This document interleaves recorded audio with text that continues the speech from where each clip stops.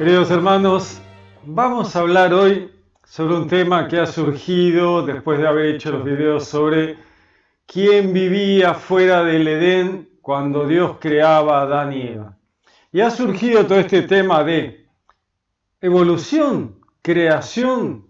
¿Es que acaso ambas cosas se anulan o conviven? ¿No? La creación de Dios y la evolución de las especies. ¿Pueden convivir? Totalmente.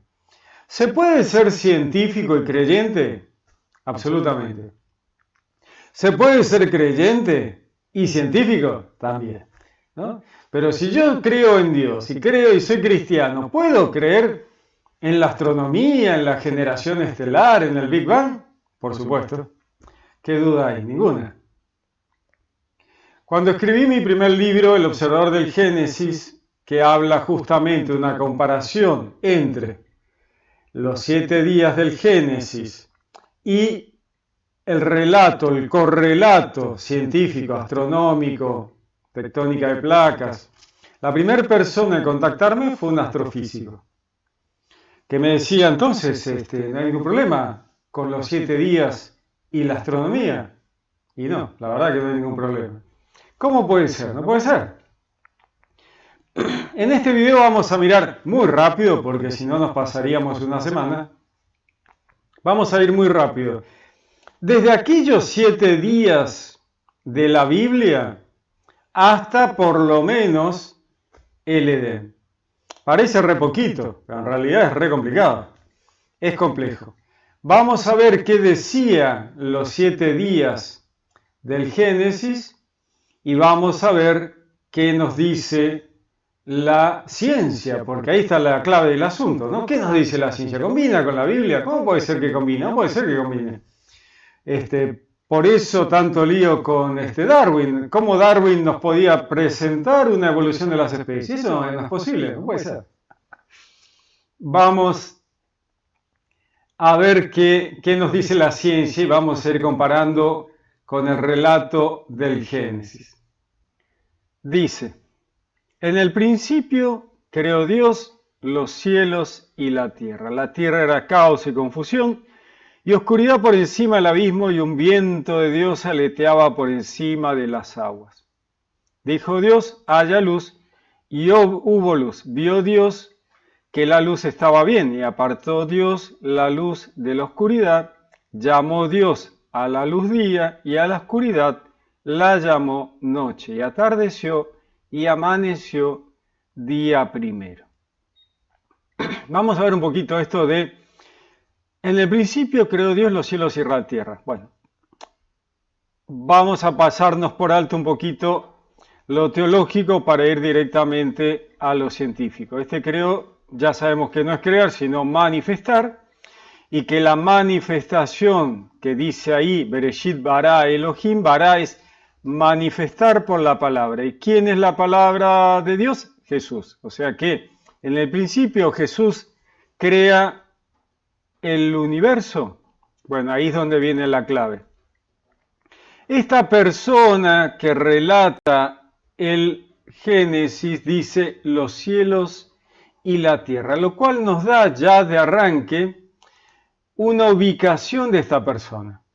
¿Quién relata el Génesis? ¿Dios o alguien que ve una visión de Dios?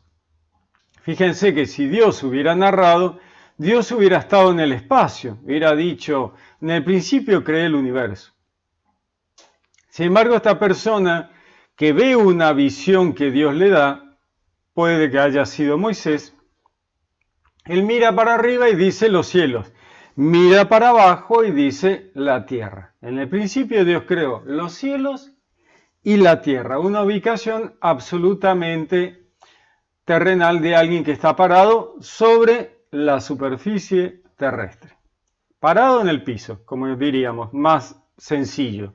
La superficie terrestre es no más ni más ni menos que el piso donde estamos parados.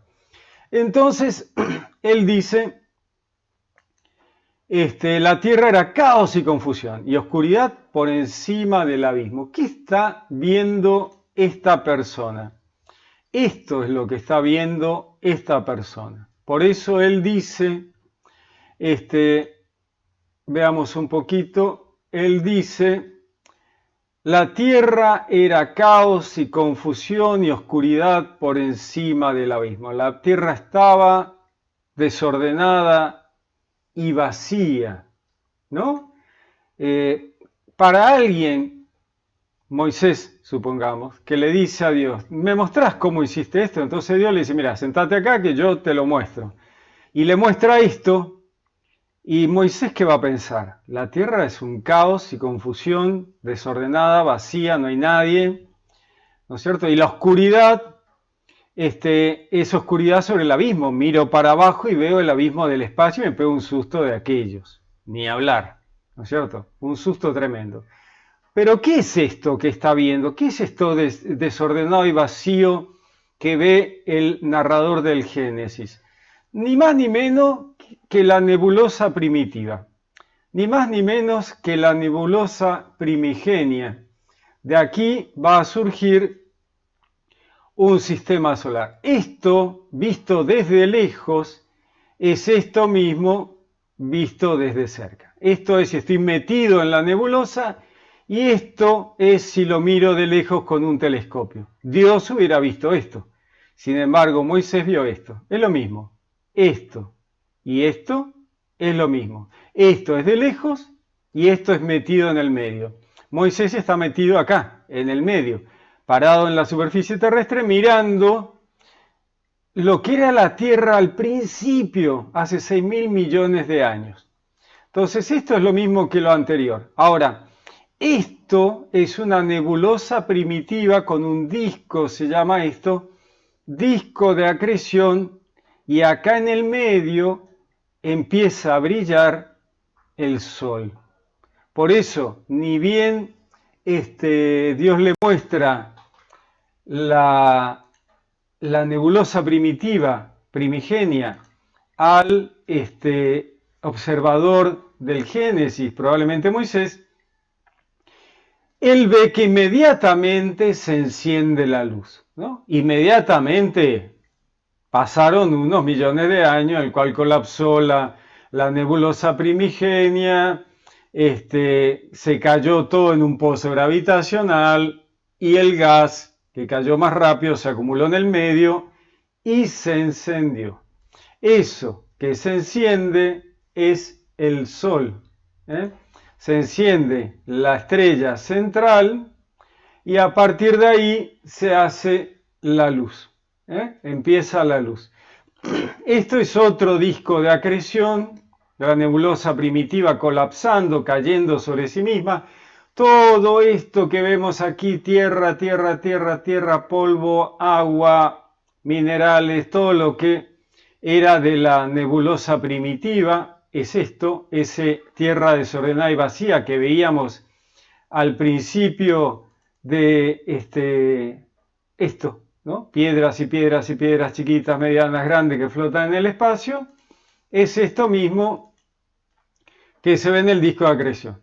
Si uno lo mira desde arriba se ve así, pero si uno estuviera metido acá en el medio del polvo, obviamente que la estrella central no se podría ver porque estaríamos metidos en el medio. Esto podría ser lo que este narrador del Génesis está viendo. Él está metido acá en el medio viendo todas esas piedras que volaban por el aire y él ve la luz. La luz se encendió. Dios hizo la luz. ¿Por qué Dios hizo la luz? Bueno, allá en el medio, en el fondo, detrás de toda esta tierra y polvareda, hay una estrella que se acaba de encender. Y por eso el observador, narrador del Génesis, ve la luz y no ve la estrella. Entonces surge uno de los primeros inconvenientes de contrastar el Génesis con la ciencia. La ciencia siempre dijo, no puede ser. ¿Cómo el tipo va a ver la luz y no va a ver el sol? Eso no puede ser. Si la luz apareció porque el sol apareció, sí, bueno, pero el tipo está atrás de toda esta cantidad de tierra y él no está fuera del sistema solar, está metido en el sistema solar donde la Tierra en algún momento va a ocupar un lugar. Esa que está ahí es la Tierra.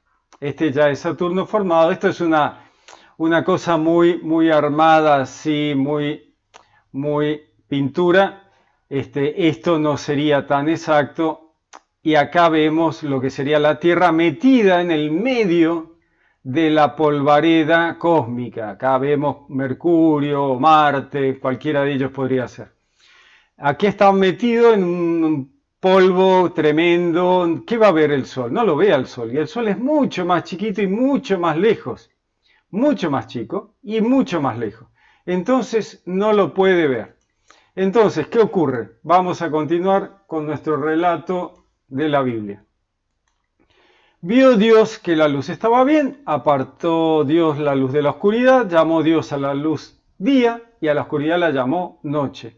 Atardeció y amaneció día primero. Fíjense que inmediatamente empieza una sucesión de días y noches que lo percibe este observador del Génesis. ¿Por qué él ya empieza a ver días y noches? No es que simplemente se está acumulando todo en los planetas y están quietitos. No.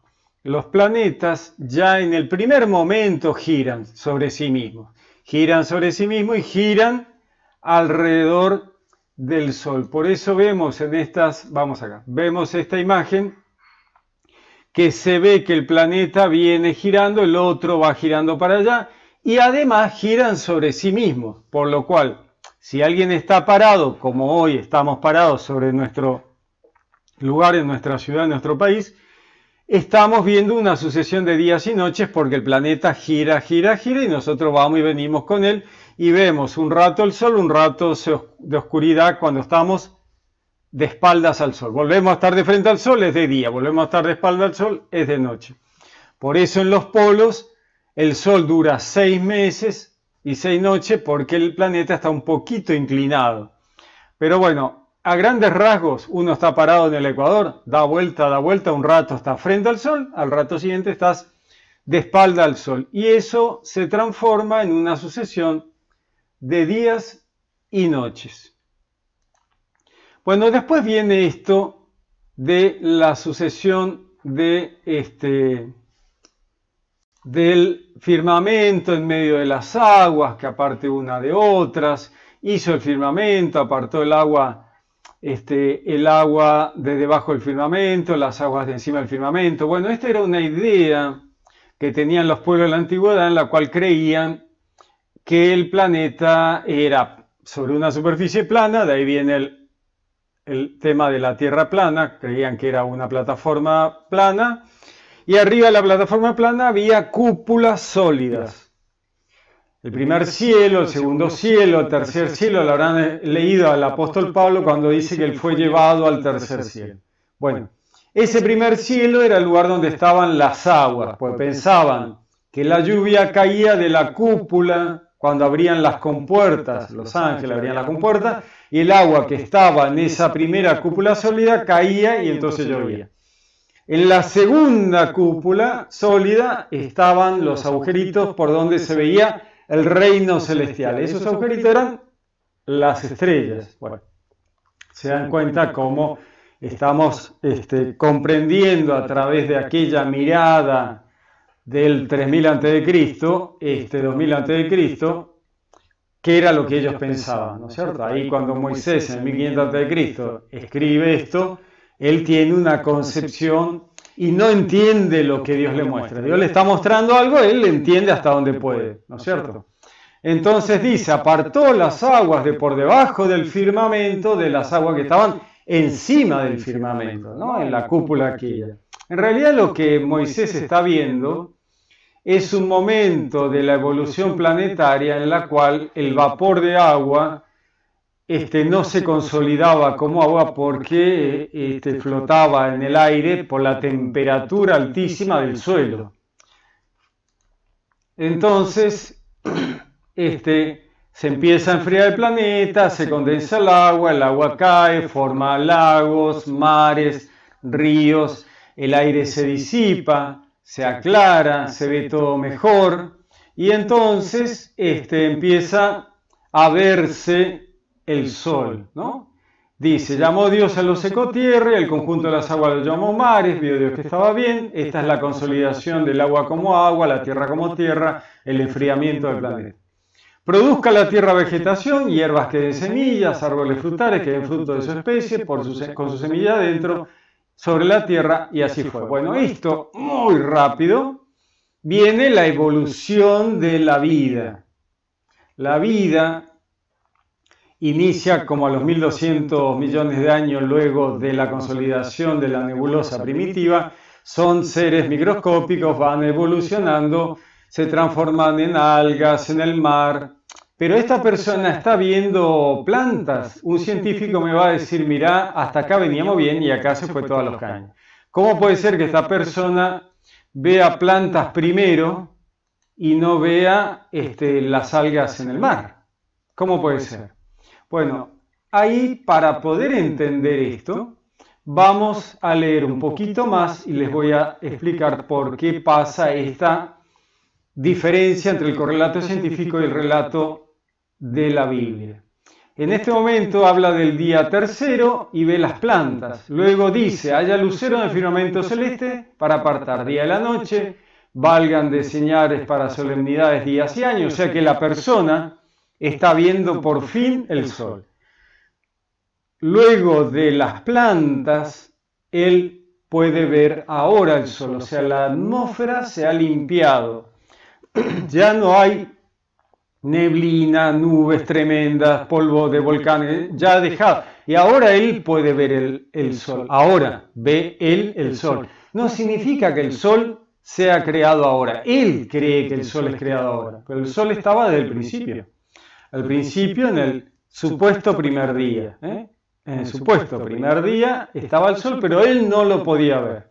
Entonces ahora piensa que Dios ha creado el sol. Entonces le dice, Dios le muestra y él ve el sol, la luna, las estrellas, y él dice, Dios las puso para que podamos medir el tiempo. Maravilloso, porque dice, Dios las puso ahí para que nosotros tengamos a la luna, sus ciclos lunares, y yo sé, esa persona, ¿no?, que está viendo esto, dice, yo me guío por la luna, los ciclos lunares, y para eso Dios me puso la luna, para que yo pudiera saber cuál era el tiempo que transcurría a través de los ciclos lunares y día y noche del sol.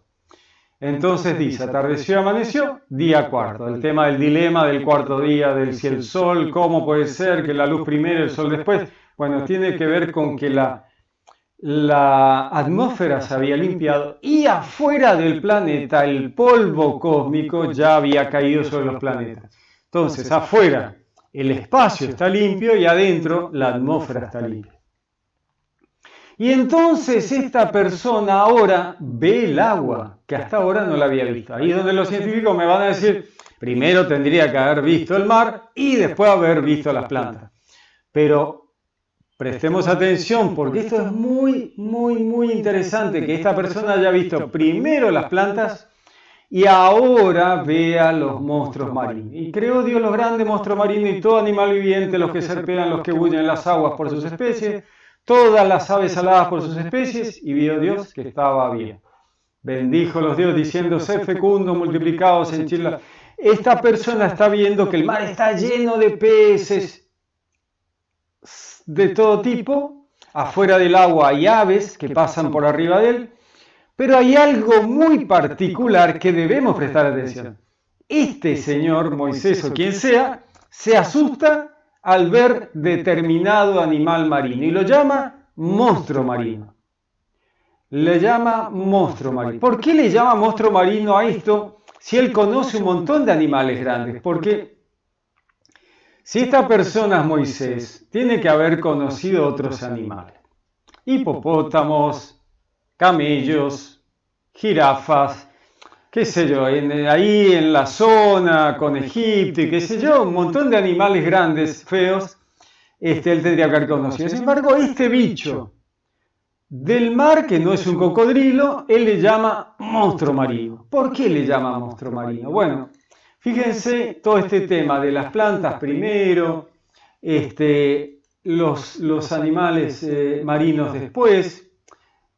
La clave está aquí, en la deriva continental y la tectónica de placas. Muy complicado. Bueno, vamos a tratar de simplificarlo. En determinado momento de la historia del planeta, los continentes estaban bastante agrupados en un solo bloque, a grosso modo. La cosa es más compleja, pero a grosso modo hubo un momento en que todos los continentes estaban juntos formando un solo bloque. Si uno se fija, ¿dónde estaba el Sinaí? ¿Dónde estaba ese lugar donde Dios le muestra la creación a Moisés? Es la flechita blanca. Ahí es donde estaba Moisés mirando esto. Esta tierra que está allí, sube y baja dependiendo del nivel del mar. Con las glaciaciones, el nivel del agua bajaba y subía.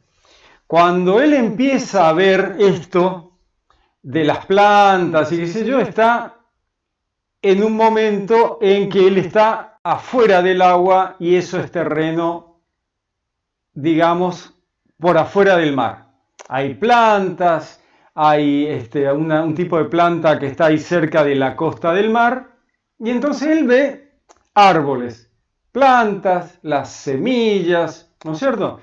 Esto se sigue moviendo y fracturando. Ven cómo en esta segunda vemos que está más fracturado y ese lugar del Sinaí en particular es una playa, es un lugar muy cercano al borde de ese bloque de Arabia. Y eso es una playa, que hay momentos en que está por afuera del agua y momentos que está por abajo del agua, simplemente porque el nivel del mar sube y baja por las glaciaciones. Se sigue moviendo los continentes, fíjense que él está viendo todo muy rápido, y entonces hay un momento en que él está absolutamente sumergido, o por lo menos la visión que ve está completamente sumergida, y entonces él dice, estoy viendo el mar, los peces y los monstruos marinos. ¿Quién es el monstruo marino y las aves? Las aves que estaban ahí eran aquellas aves muy antiguas, millones de años atrás, que eran como dinosaurios voladores, ¿no es cierto? No son los pajaritos, las gaviotas que vemos hoy. Eran ese animal muy arcaico que ya volaba. Y el bicho que él ve es un bicho feo, es un monstruo marino, es el ancestro de las ballenas, el Ambulocetus. La verdad que si uno hubiera visto este bicho y no sabías qué era, y sí, te hubieras pegado un buen susto porque era un monstruo marino. El Ambulocetus, que no es un cocodrilo, es un monstruo marino. Esto es lo que vio Moisés en aquel momento. Él ve un animal extremadamente feo, ¿no es cierto? Un monstruo marino. Entonces, cuando volvemos atrás, me quedé sin mouse, volvemos atrás, vemos que la flecha que nos indica la ubicación, posible ubicación de Moisés, es esa flecha blanca.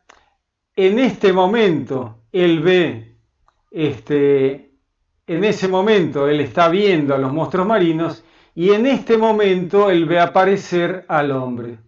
¿Por qué? Porque acá todavía está lejos de chocar el bloque de Arabia con Europa y acá el bloque de Europa ya choca Arabia con el bloque de Europa. Entonces, antes él no podía ver a los humanos, pero ahora ya ve los humanos. Y es en ese momento en que choca con Europa que él ve aparecer a los humanos en lo que llamamos el sexto día.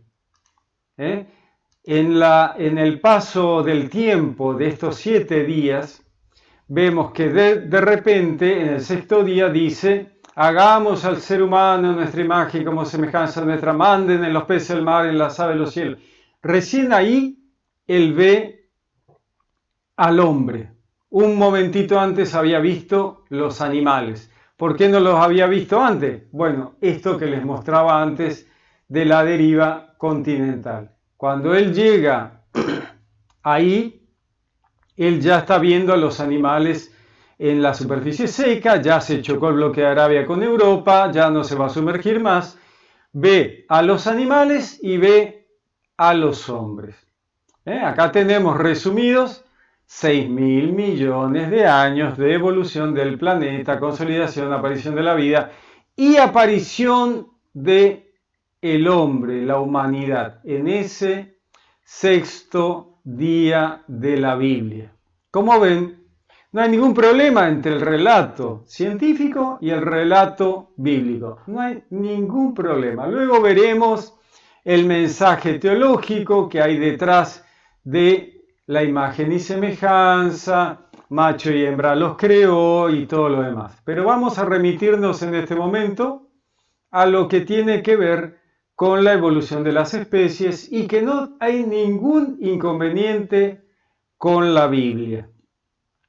Ahora nos encontramos que termina el primer relato del Génesis y dice, vio Dios cuánto había hecho y estaba muy bien, le da la hierba de alimento para la humanidad, los árboles, los frutos de los árboles, y vamos a pasar al Génesis 2. Concluyeronse pues los cielos y la tierra y todo su aparato. Fíjense que está diciendo que después de 6.000 millones de años, toda la tierra está perfectamente funcional para que el hombre pueda vivir tranquilo, ¿no? Llevó un montón de tiempo y la humanidad aparece, se consolida y ya puede vivir tranquila ahí.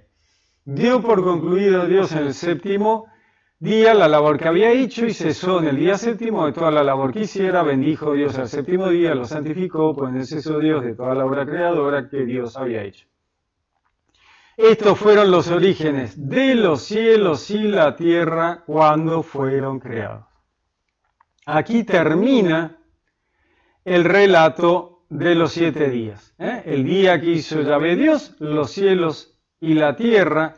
Y ahí cierra con la misma frase con la que había empezado. El día, el principio, Dios creó los cielos y la tierra, termina, hizo Yahvé Dios, los cielos y la tierra. Acá empieza el segundo relato.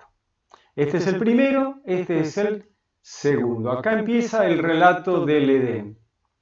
El relato del Edén empieza en un momento distinto de la historia humana. Dios crea al hombre allá al final de los 6.000 millones de años de evolución planetaria. Dios hace la humanidad a través de un proceso evolutivo. A través de un proceso evolutivo aparece el hombre, Dios le da la imagen y semejanza, dice macho y hembra los creó, contándonos que así fue como la evolución que Dios organizó, controló, la siguió, la supervisó.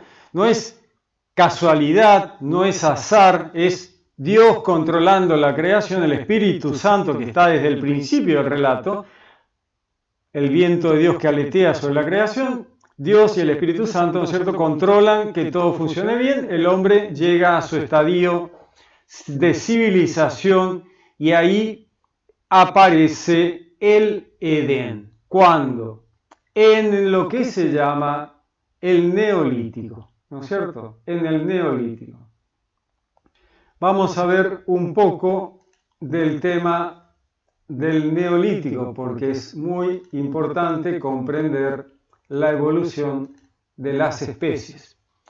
Vamos al origen de cómo ocurre esto, porque una de las cosas que siempre se habla es, si Dios hizo bacterias al principio, ¿cómo la bacteria, cómo ese ser unicelular terminó transformándose en una persona que puede hacer un video por YouTube? Bueno, eso es evolución de las especies, un mecanismo de Dios que Él ha creado y que funciona maravillosamente bien. ¿Cómo funciona ese mecanismo de Dios? Bueno, esto que ven aquí es ADN, que ya es una maravilla de creación de Dios. Esto es una maravilla. El ADN es el que regula cómo funciona un bicho chiquitito, mediano, grande, ¿no? La bacteria tiene una cadena de ADN, ARN adentro, los virus tienen cadenas de ARN adentro, que son las que es la biblioteca que dice cómo armar un bicho, ¿no? La biblioteca donde está especificado cómo se arma un animalito, sea unicelular o sea un elefante, va a ser esto, el ADN y el ARN. Ahora, este ADN o ARN se rompe por las partículas subatómicas que vuelan y atraviesan todo lo que hay. Y a veces, por bien o por mal, le pegan al ADN y lo rompen. Acá se ve un ADN roto, acá se ve un ADN entero. Esta es la partícula que le pega al ADN, ARN y lo rompe. ¿Existe esa partícula? Bueno, las armas atómicas son muestra de que esa partícula existe. Las armas atómicas explotan porque esto ocurre de verdad y los científicos han aprendido a controlar este tema de que una partícula le pega a otra, le pega a otra, le pega a otra, reacción en cadena del uranio.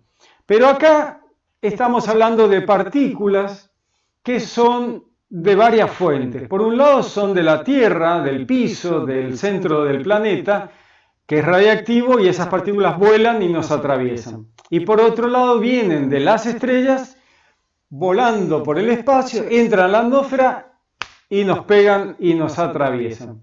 Entonces, hay de varias fuentes. Estas serían las que vienen volando del espacio y nos pegan.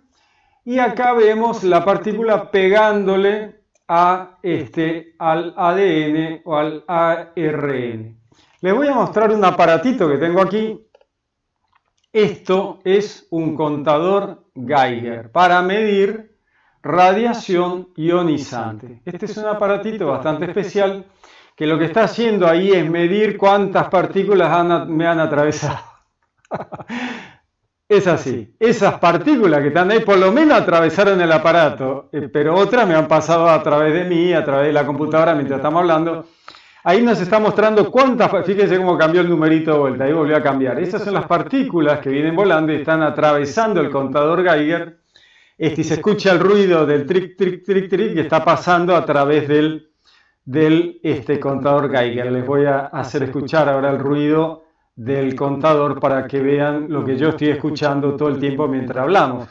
Es el ruido de las partículas que salen volando del piso y del espacio y están atravesándome a mí y a todos ustedes en todo momento. La radiación telúrica o la radiación del espacio. Acá lo vemos. Escuchamos un cachito. Ahí lo dejo. Si salta la alarma salimos corriendo. Por ahora está todo normal, no pasa nada. Bueno, entonces esa radiación del espacio o la radiación telúrica rompe el ADN y el ARN y genera las mutaciones en los genes que hacen que los organismos evolucionen. ¿Por qué evolucionan? Porque hay mutaciones buenas y hay mutaciones malas. ¿No es cierto? Hay mutaciones que ayudan a que vivamos mejor, aprovechemos mejor la temperatura, aprovechemos mejor el sol, si somos de tez oscura, de tez clara. Si estamos en el sol todo el día, se nos pone la piel oscura. Si estamos todo el día en la nieve, tenemos la tez clara. De qué color son los ojos, la altura, el peso, si nos enfermamos de esto, si no nos enfermamos de aquello, si tenemos defensa por una enfermedad o no la tenemos. Hay un montón de temas. Si somos tipos peludos, si somos tipos lampiños, si tenemos barba o no tenemos barba. Hay un montón de evoluciones que nos han permitido llegar a ser lo que somos. Más inteligentes, menos inteligentes. Y en todo ese camino evolutivo hay muchas especies que perdieron en el camino y desaparecieron porque no se adaptaron a los cambios. ¿La Tierra siempre fue así como yo la veo hoy? No. ¿Va a ser así dentro de 1.000.000 de años? No, tampoco. No, pero Jesús va a venir enseguida, yo tengo el reloj para el 2040. No. El Apocalipsis nos dice que la segunda llegada de Jesús la segunda venida de Jesús, va a ser dentro de muchísimo tiempo. ¿Y vos cómo sabés? Bueno, porque si analizamos la forma en que la ciencia nos cuenta del final del sistema solar, del Sol y qué sé yo, coincide otra vez con el Apocalipsis. Y lo que nos muestra el Apocalipsis es que falta un montón para que eso ocurra. ¿Es importante eso? La verdad que no, porque yo me voy a morir muy pronto. No voy a ver el final del planeta. Lo importante es que yo me porte bien hoy, porque yo no sé si mañana voy a estar. Así que ¿cuándo me tengo que convertir, arrepentir, pedir perdón, reconciliarme? Hoy. Ahora, hoy. No mañana, no pasado. Por más que vos me digas, no, pero la segunda venida de Jesús es el año que viene. Sí, pero ¿y si yo me muero hoy? ¿De qué me sirve decir, entonces me porto mal hasta dentro de un año? Porque no, uno tiene que estar listo hoy. Entonces, la evolución de las especies tiene que ver con mecanismos de Dios, mecanismos que ha creado Dios. Los científicos no lo crearon a los mecanismos evolutivos, los creó Dios. El científico explica, Dios crea y el científico nos explica qué fue lo que él ve. Él dice, mira, si lo creó Dios o no, yo no sé. Yo te explico lo que veo. Yo veo que los planetas se generan así, las estrellas se generan así, el planeta le llevó tanto tiempo, la evolución de la especie fue así, y llegamos a ser una persona que está hablando con vos por YouTube. Genial, espectacular. Ahora, YouTube es tecnología de un científico que hizo todo el sistema, los satélites, las fibras ópticas que están bajo el mar, etcétera, ¿no es cierto? Y el software, y el hardware y todo lo demás. Entonces, la ciencia es absolutamente real, absolutamente necesaria y todo es creación de Dios. ¿Qué pasa con el Edén? Bueno, ¿qué ocurre con el Edén? Bueno, el Edén, aparece el Edén en determinado momento histórico. Habíamos visto todo un proceso de evolución, todo un proceso de evolución de la humanidad. Hay un proceso en el cual tenemos estos homínidos, este muchacho ancestro común, un homínido. Somos todos, pues yo no quiero ser descendiente de un mono. Bueno, no sos descendiente de un mono, no, eso es una simplificación absolutamente tremenda. Del mismo bicho, allá, raíces allá muy lejos, provienen los monos y nosotros. Nosotros no venimos de un mono, venimos de un homínido. Seres, animales que fueron evolucionando y dieron origen a un montón de bichos parecidos. Algunos siguen siendo monos y otros homínidos se convirtieron en humanos por distintas ramificaciones. Unos dieron origen a los monos que conocemos hoy y otros dieron origen a los humanos que conocemos hoy, ¿no es cierto? Pero eso no significa que venimos de un mono. No, eso es una simplificación que ya a esta altura del partido no debería decirse. Este es un homínido ancestral, pero este tipo no es un mono, es un homínido que va a terminar siendo nosotros a través de cambios, evoluciones. Va a ser gracias a eso que les mostraba del tema de, por un lado, la rotura de los ADN y ARN, y por otro lado hay todo otro tipo de mutaciones, por mezcla de genes, cuando se mezclan distintas poblaciones, ¿no es cierto? La población de unos con la población de otros, esa mezcla de genes puede dar lugar a una mutación. Entonces tenemos la mutación de genes, tenemos la selección natural. La selección natural también tiene que ver con que algunos bichos, algunos humanos se adaptaron mejor al frío, otros se adaptaron mejor al calor. Por las mutaciones de los ADN, unos se adaptaron mejor, entonces hay una adaptación al medio permanente. Tan permanente es esto que, por ejemplo, en el último siglo se nota que ha desaparecido unas arterias del brazo de las nuevas generaciones. ¿Por qué? Por adaptación al medio. ¿Por qué? No sabemos. Pero es cierto, ha desaparecido unas arterias que teníamos en el brazo que ahora ya no las tenemos. Ahora, ha aparecido un hueso acá en la nuca que tampoco teníamos. ¿De dónde salió ese hueso? Bueno, es una adaptación a nuestras nuevas costumbres de vida.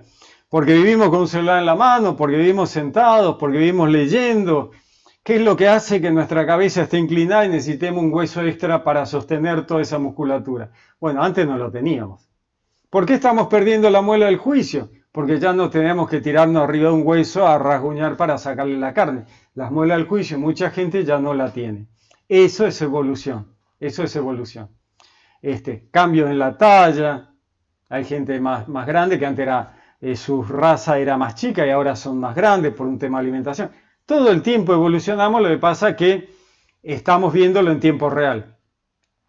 Y queremos ver cambios enormes. Bueno, en tan poquito tiempo, la evolución, fíjense que igual ha generado un montón de cambios en poco tiempo, pero las evoluciones que vemos de los homínidos a esta persona que les habla llevó cientos de miles de años, millones de años, 2 millones de años, 200.000 años, 100.000 años. Entonces no es tan inmediato. Así mismo, el mismo planeta que hoy estamos luchando con el calentamiento global, en realidad el planeta ha pasado de glaciaciones grandes, glaciaciones chicas, glaciaciones grandes, glaciaciones chicas, y ha hecho más calor antes, ha hecho más frío antes también, o sea, es típico del funcionamiento del planeta y nosotros tenemos que adaptarnos, y si no nos adaptamos, desaparecemos, ¿no? Ese es el asunto. O nos reemplazará otro ser mejor adaptado que nosotros, y seguiremos siendo humanos, ¿no? Un humano más alto, más bajo, más gordo, más flaco, con otro brazo más para poder sostener el celular mientras hacemos cosas.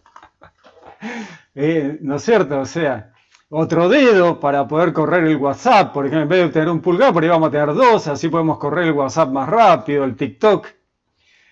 La evolución de las especies. En esta imagen que les tengo aquí, tenemos cómo los homínidos, el humano ya se movió a través del planeta. Miren que es un mapa mundi bastante raro, no es el mapa mundi que solemos ver. África está acá abajo, Europa está acá arriba, aquí está Australia, aquí está América. Fíjense que es bastante rara, ¿no? Pero es así. Depende desde dónde lo mires, el planeta se ve así. Entonces, aplastado el planeta, tenemos África, acá inicia, el humano arranca en África. Lo más antiguo que encontramos, los científicos, ¿no es cierto? Que encuentran los científicos como origen de toda la humanidad, está acá. De aquí se mueve por África y va hacia el bloque de Arabia, donde está Egipto, Israel, el Sinaí, Moisés. Aquí está el Edén. Ahí está el Edén. Miren, ahí está el Edén. Y después la cosa sigue, ¿no es cierto? Sigue para acá, sigue para allá, llega a América. En América hoy, hace poquito, hace unos días, se ha encontrado herramientas de un paleolítico antiguo de más o menos 30.000 años. Fíjense que acá llegaron hace 30.000 años, ya llegó la humanidad a América. Antes se pensaba que era mucho más reciente, ahora han encontrado herramientas más antiguas todavía. O sea que por aquí ya tenemos 30.000 años. Aquí tenemos mucho más tiempo, ¿no? 100.000, 200.000 años ya estaban acá. Y van generando civilizaciones, primero recolectaban, cazaban. Eso es paleolítico, tierra antigua, piedra vieja, y neolítico, piedra nueva. El paleolítico va desde los 200.000 años a los 10.000, 12.000 años. ¿Cuándo ocurre el Edén? Bueno, el Edén ocurre en el 6.000, 7.000 a.C. ¿Y cómo sabemos eso?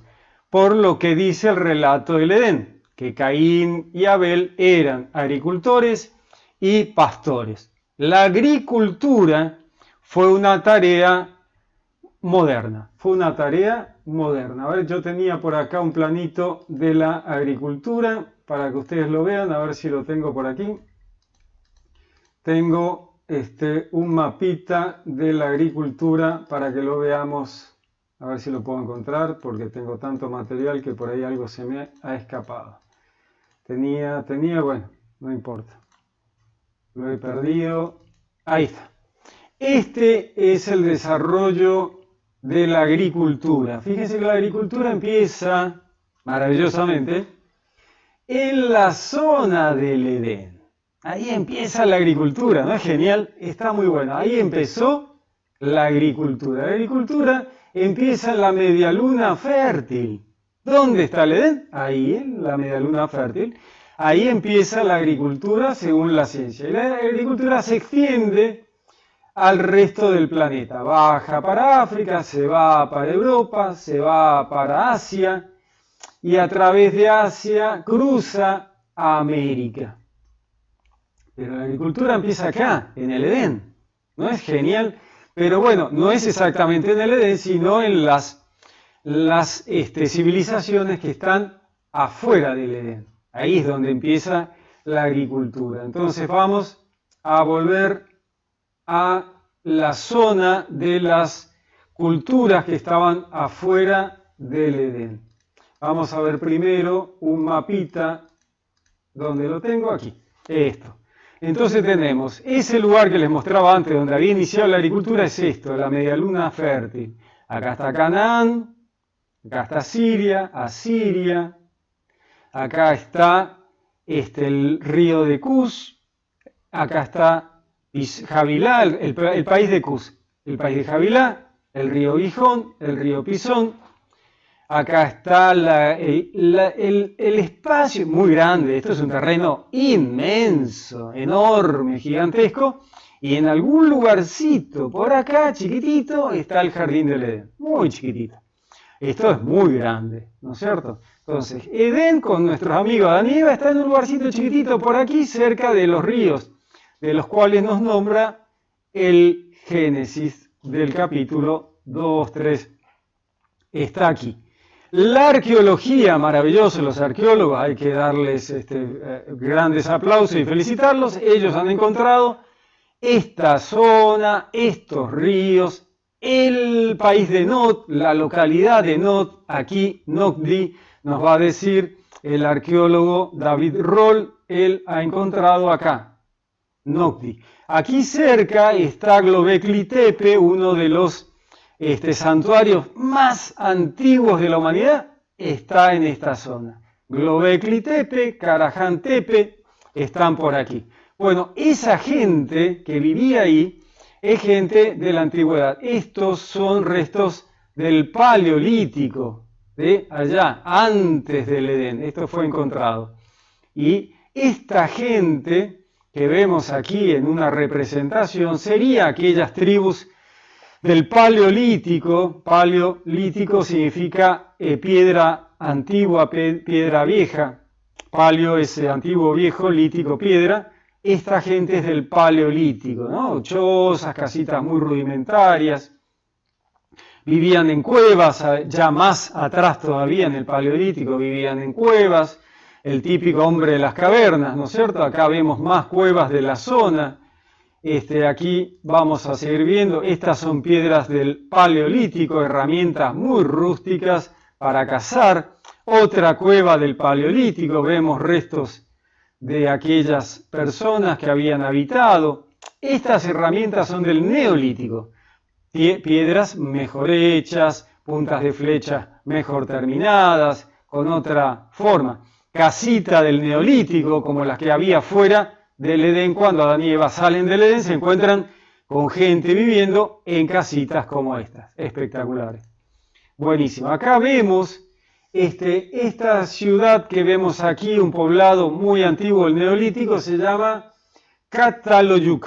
Çatalhöyük. Fíjense que las casitas están muy pegadas unas a otras, pero esta gente es contemporánea a Adán y Eva. Contemporáneos a Adán y Eva. Cuando Adán y Eva salen, estos tipos más o menos en esa época están viviendo afuera. Estas estatuillas son de aquella época.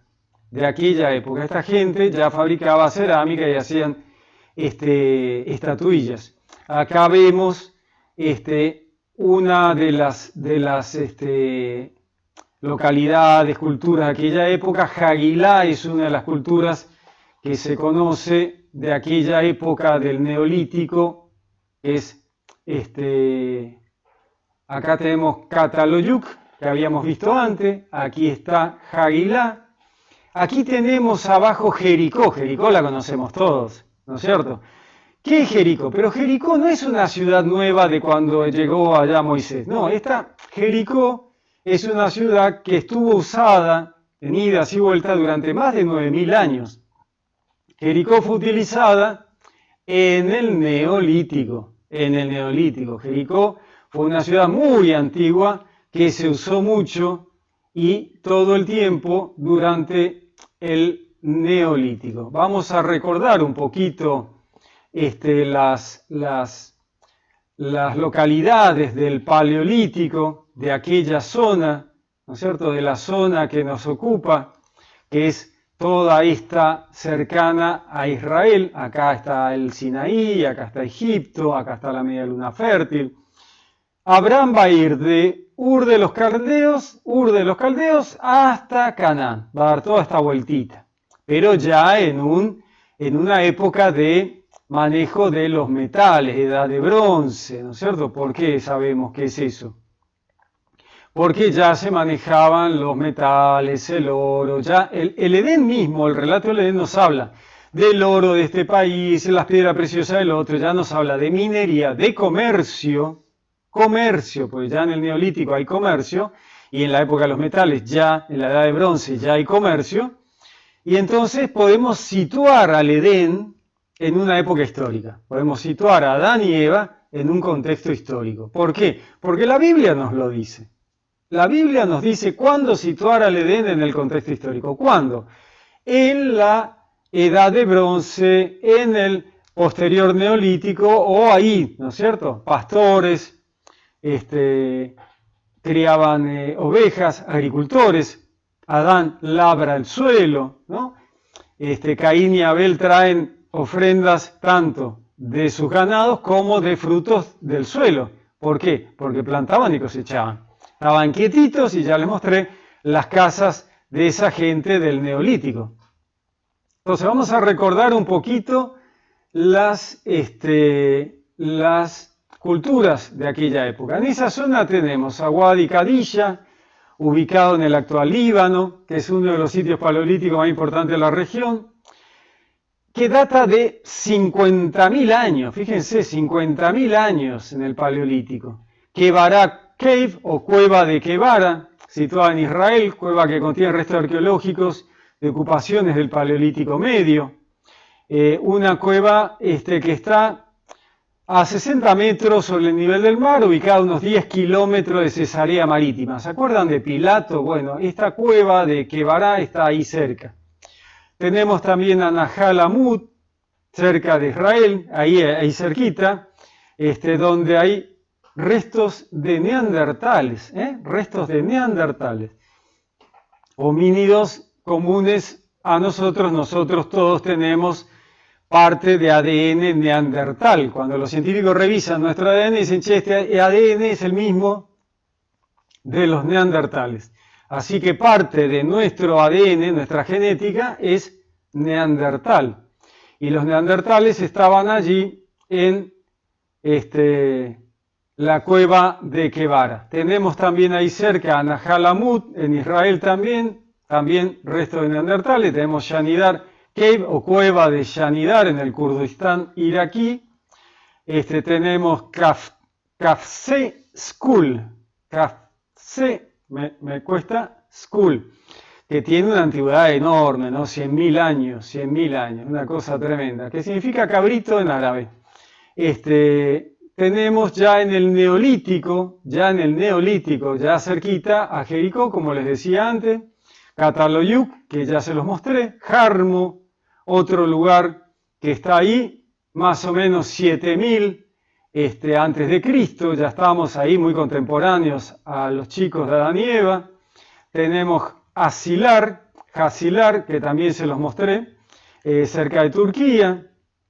Tenemos a Ingasal, a Abu Jureira, son todas localidades del Neolítico, ¿no? Ya después seguimos avanzando en el tiempo, ya sale, Caín y Abel salen de estar en el Edén, recordemos el relato, ¿no es cierto? Salen de ahí y se van, vamos a ver dónde lo teníamos, aquí está. Caín se casa con alguien de Nogdi, de Nod, acá. Toda esa gente del Neolítico, de la edad del bronce. Ahora, entonces, ¿qué pasa con el Edén? ¿Por qué Dios creó el Edén? ¿Por qué Dios creó a Adán y Eva si ya había otra gente afuera? ¿Cuál fue la necesidad de Dios de crear a otra gente si ya había gente afuera? ¿Por qué la hizo? ¿Qué hay de distinto entre esa gente que evolucionó a través del tiempo y Adán y Eva que Dios los creó de un día para el otro? Bueno, para eso tenemos que comprender la historia de la salvación. Esa gente que está viviendo afuera, acá, afuera del Edén, toda esa gente que vive afuera del Edén, acá está Nogdi, acá está el Edén por aquí, Caín sale del Edén, va a Nogdi o Nod y se casa con una mujer. Esta gente que vive acá afuera y en todo el mundo, ¿qué distinto tiene de Adán y Eva? En realidad no tienen nada distinto. Son hechos por Dios, evolucionaron, solo que Adán y Eva fueron creados un día para el otro para recrear lo que había pasado afuera. ¿Qué había pasado afuera? Bueno, la confusión instigada por el Satán de idolatría, sacrificios humanos, sacrificios de animales, politeísmo y todo lo demás. Para corregir esa locura de toda esta gente que está afuera, Dios crea el Edén con Adán y Eva, les da la información clave de que la culpa de todo ese lío que está pasando acá afuera es de Adán, del Satán, la culpa es del Satán, que es el que le confunde a esta humanidad que está afuera, y entonces Adán y Eva, sabiendo que el Satán era el culpable, llevan la información recopilada en el Edén, gracias a que el Satán sale, todo este tema de que le da a comer el fruto del conocimiento profundo del bien y del mal, que no es ni más ni menos que la filosofía, internalizan ese conocimiento, entienden, comprenden, ven, se dan cuenta que el Satán es el culpable, Dios le dice ahora le podés poner un límite, pisarle la cabeza, no es necesario que soportes lo que este tipo te hace, y a partir de ahí ellos salen de Edén llevando esa información al resto de la humanidad. Salen de Edén con la información de que la tribulación humana que le está pasando a toda esta gente es culpa del Satán y se lo llevan al resto del mundo. ¿Y cómo lo hacen? A través de la descendencia de Adán y Eva, Noé, Adán, los hebreos, los judíos, los cristianos. Todo eso es un trabajo que va a llevar mucho tiempo y va a llevar un proceso. Como vemos, Dios no hace las cosas de manera mágica. Todo tiene un proceso. Porque tranquilamente podría haberse evitado todo este lío y haberles dicho a los hebreos en Canaán, chicos, acá les dejo un folleto con todo lo que tienen que decir y hacer, y nos evitamos el tema de Noé, Abraham, el Edén. Sin embargo, Dios no hace las cosas así. Dios hace todo con procesos lentos, mecanismos, evolución espiritual, salidas de Egipto, caminatas por el desierto, atravesar el mar, ¿no es cierto? Este diluvio donde se mató casi a todos los hebreos. ¿Murieron todos en el diluvio? No, solo los descendientes de Noé. Y los demás siguieron con su vida. Ni se enteraron después por las noticias que les vino de otros lugares que había habido un diluvio tremendo y que había una tribu que casi había desaparecido y pasó a formar parte de la mitología de todos estos pueblos. Pero Dios hace las cosas con mecanismos, con formas, despacio, lento, con tranquilidad, para que todo fluya despacito. Entonces, se entiende un poco mejor cómo llegamos de una nebulosa primitiva hace 6.000 millones de años al Edén y del Edén a Moisés, de Moisés al cristianismo con Jesús. Todo un proceso que se llama historia de la salvación, ¿no es cierto? Desde aquí, el Edén, hasta aquí con Jesús. Pero también no podemos comprender la historia de la salvación sin comprender que afuera del Edén había un montón de gente que fue la motivación de Dios para hacer el Edén.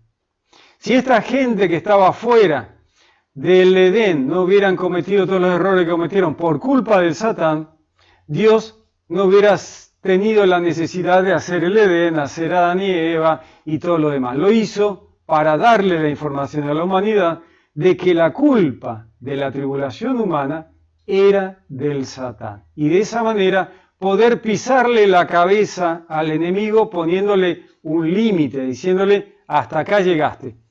No te doy bolilla, no te escucho, no me interesa lo que vos me digas. Ese es el asunto.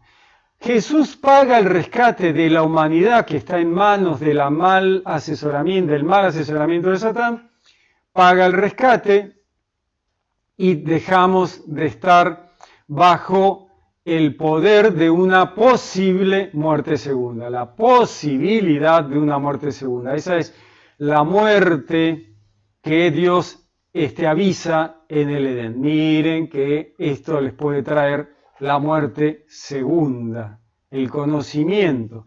Si sé, me hago punible. Si no sé, toda esta gente no sabía lo que pasaba, no eran punibles de una muerte segunda, pero una vez que sale Adán y Eva y se lo cuentan, esta gente ahora es punible de una muerte segunda. Pero junto con la posibilidad de la muerte segunda viene la posibilidad de ponerle límite. Era más importante para Dios ponerle un límite al Satán que corran el riesgo por el conocimiento de adquirir la posibilidad de una muerte segunda. Bueno, había que sopesar qué era más importante. Más importante era que supieran qué era lo que pasaba.